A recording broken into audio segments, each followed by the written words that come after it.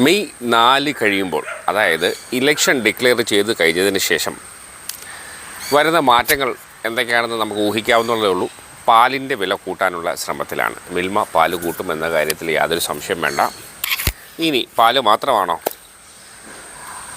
ഗ്യാസിൻ്റെ വില കൂടും, ഒപ്പം പെട്രോൾ ഡീസലിൻ്റെയും വിലയും കൂടുന്നു. മറ്റൊന്നുമല്ല, ഇലക്ഷൻ കഴിഞ്ഞു, റിസൾട്ടായി. ഇനി പഴയതുപോലെ ഭരിക്കുന്നവർക്ക് അവരുടെ ആവശ്യങ്ങൾക്ക് നികുതി കൂട്ടാം. പറഞ്ഞ വാക്കുകളൊക്കെ ജനത്തോട് മറന്നു തുടങ്ങുന്നു.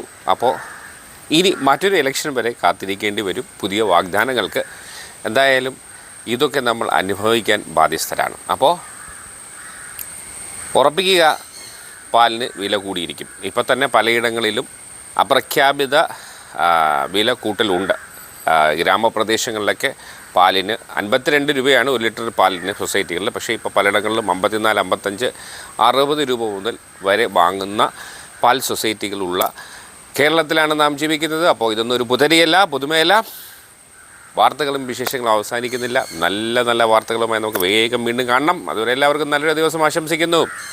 Good luck.